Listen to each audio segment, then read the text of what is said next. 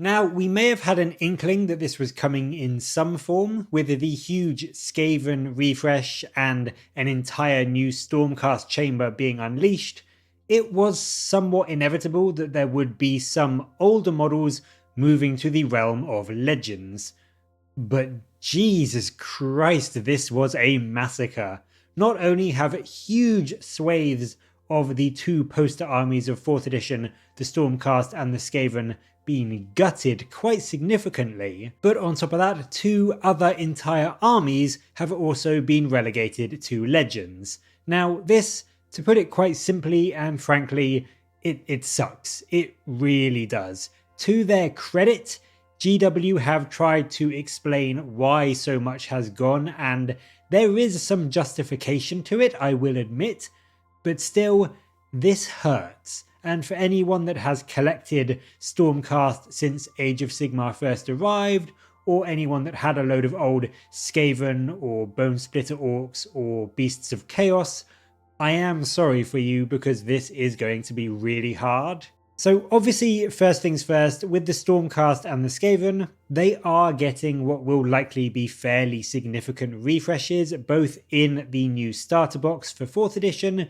and in any subsequent releases over the edition, so I'm not really that surprised that a lot of their older kits are moving to Legends. Stormcast alone have got, according to the GW website, some 76 War Scrolls, which takes up so much space not only in books, but also in shelves in stores. And yes, you do have to admit none of it is particularly old. AOS itself is only coming up on 9 years, so nothing in the Stormcast range is even a decade old yet, but we have had it confirmed in the article today that the entire Sacrosanct range is moving back to their own unique digital battle tome.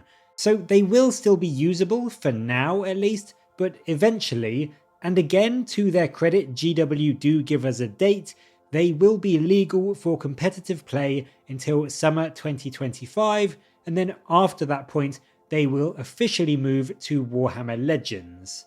So you can still use those units even then in friendly and non-competitive games, but they won't be usable in competitive games and they won't have that same support going forward that the Thunderstrike and the newer Stormstrike models will have. And as you can see on the screen now, it is a huge chunk of models. The entirety of the older Sacrosanct range, pretty much all of the older, chunkier Stormcast models are going to be gone. Evocators, Judicators, a load of heroes and characters, and a lot more beyond. Now of course a new chamber is opening up, so there will be a load more Stormcast coming, and some of the new stuff like we saw recently with the Liberators is just sort of a slimmed down, updated, redesigned version of those older chunkier models, so I wouldn't be surprised to see some other older units come back in some form, maybe with a new name and design, but with a similar theme. But still, it really does suck for people that have played Stormcast since 1st edition and they have, you know, that huge painted, wonderfully put together Sacrosanct army. All of those models will, within a year or so, unfortunately be going to the land of legends. Likewise, the Skaven will also be getting a massive new refresh in 4.0, and they are also losing a load of stuff. By comparison to the Stormcast, a lot of their stuff is already very old Warhammer Fantasy era kits, so things like Clan Rats, Rat Ogres, Storm Vermin, and all that kind of thing. It does confirm in the article as well that some of these units will be replaced by newer, better ones over the course of the edition, but not all of them will. So it seems likely that at least a few of the units that you can see on your screen now will be gone for good, or at least gone to Legends by summer 2025. Now, I don't personally think this is as bad as the Stormcast change, although it is still a shame, but because some of these models are so old, I feel like people generally have got a good amount of use from them, whereas as I said earlier, some of those Stormcast models are only 6 or 7 years old now, and to me, it just feels like they haven't had enough of a lifespan yet to really warrant their replacement, and part of me is now worried by what we see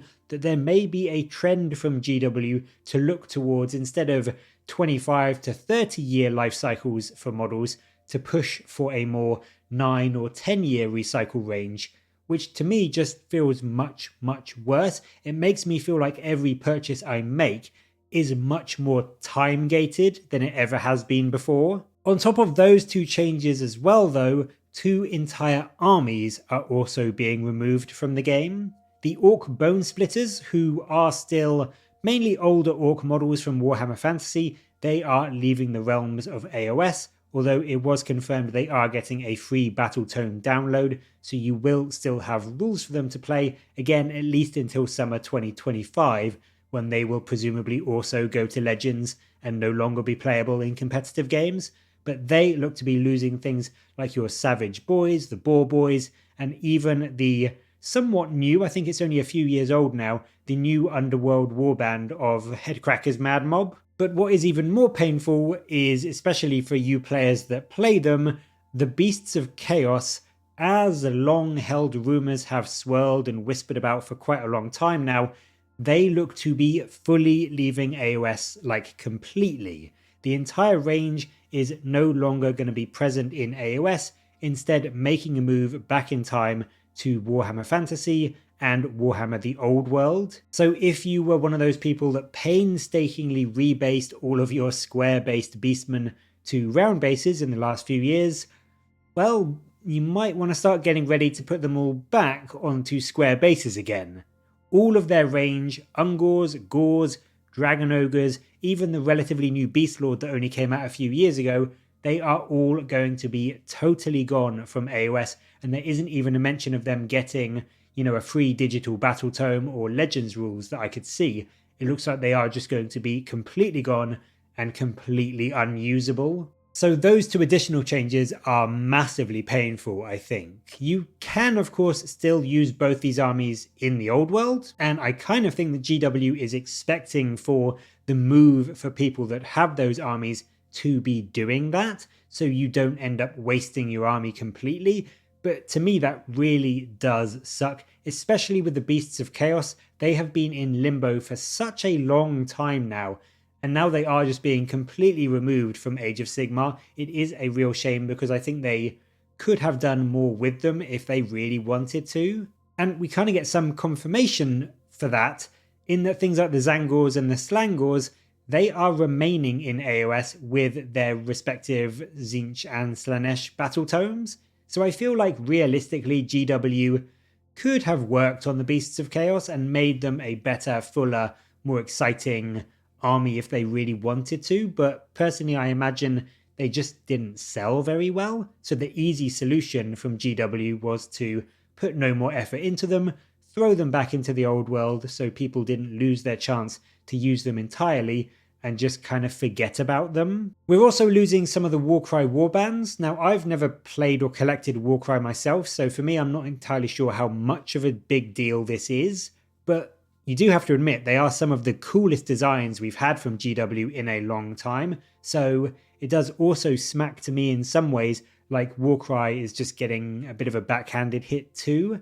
The Unmade, the Scions of Flame, the Corvus Cabal, the Horns of Hashut, all of those really popular and fun little additions that you could add into your armies are being removed from the range. Now, they will be getting Legends War Scrolls, so again, you can still use them in your friendly games, but it means that again, in your competitive matches, you won't be able to use them when this new edition gets into full swing. The final things that we are also confirmed to be losing is a few individual units and heroes. The Eternity Warden for the Seraphon, the Madcap Shaman, the Branch Wraith, they are all moving to Legends. It does tend to be some of the older hangover Warhammer Fantasy kits that I can kind of understand why they never did anything with them. It was either put the effort into creating a brand new unit for those models, or to just kind of forget about them and then eventually get rid of them. So I do kind of understand that. But where it does hurt for me is this one.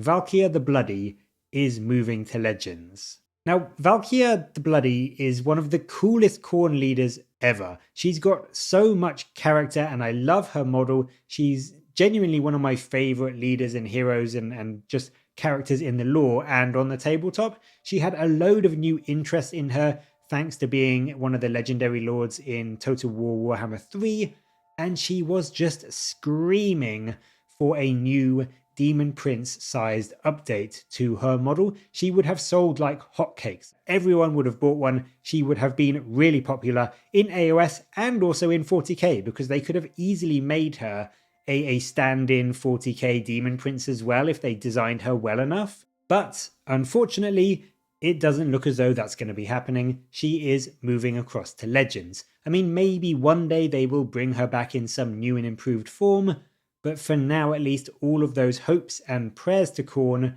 have seemingly gone unanswered. And to me, that really sucks, because that is a lot of character lost from the Blades of Khorne and from Khorne in general and from AOS in general, because Valkyrie was one of those hangover models from Warhammer Fantasy that just epitomized Warhammer and war and bloodshed and chaos, and everything that kind of you think of when you think of Warhammer kind of is encapsulated in Valkyrie the Bloody. So I just find it weird that of all the characters and heroes that they decided not to update, why they chose Valkyrie not to do. I think all in all, the changes do hurt. Now, I can get why they needed to rein in things like the Stormcast, which was admittedly overloaded with War Scrolls, and then obviously the Scaven, they have a very old range, so with this new refresh coming, of course some were going to be removed and replaced, and again, to their credit, they have given us a good year of still being able to use them in competitive play, so they haven't just sprung this on us with 1 or 2 weeks notice. So I do think we do have to give them some credit for that. I just find it so disheartening that things like the Beasts of Chaos, the Bone Splitter Orcs, the entire Sacrosanct Chamber are basically going to be just gone. It makes me feel really insecure about my purchases now, because up till now, at least in my head, I've always had this fairly confident thought that, you know, most models that come out, they're going to have a good competitive shelf life of 25, maybe even 30 years. Like some of the older metal models, yes, they're being replaced now, but up until fairly recently, you could still use most of them. And some of them were a good 25, 30 years old. So they had a long shelf life of usability. But now that's potentially up in the air, because if the Sacrosanct Chamber is being removed from the game after, 8 or 9 years, then what's going to happen to the Thunderstrike units in the eventual 7th or 8th edition of AOS in another 8 or 9 years' time? Now, I'll hopefully still be playing then, but what if I have a big, really nicely painted, really lovingly created Thunderstrike army, and then suddenly I get told in a couple of years' time it's going to go to Legends, you won't be able to use it in any tournaments or competitive play?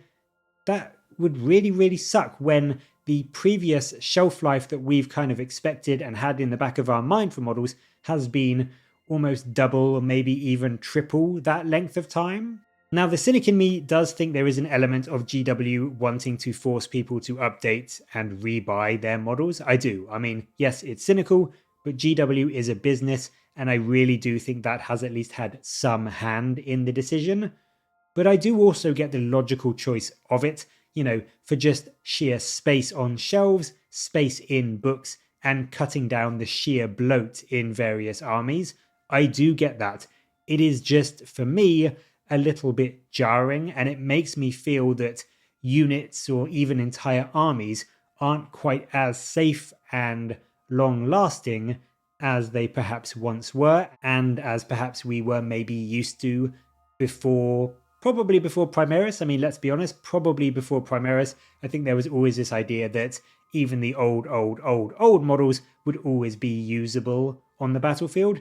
But now there does seem to be a bit of an escalation in replacement and churn. And I do worry that that is only going to get worse as time goes on. So that is going to be the video for today. Loads of stuff being squatted, loads of stuff being gutted, removed, or pushed to Legends, and probably quite a few unhappy or at least worried players who don't know what is going to be usable for their competitive games in just a year or so's time. But as always, I'd really love to know what your overall thoughts are on this. Do you think the Sacrosanct Chamber had enough time on the board and it's a good thing it's being removed? And what about things like the Beasts of Chaos and the Bone Splitters? What are your thoughts on them being removed from the game pretty much completely? Let me know what you think down in the comments below, and as always, thank you very much for watching. Please do like and subscribe for more Warhammer content from me, but until next time, I'll catch you later, guys.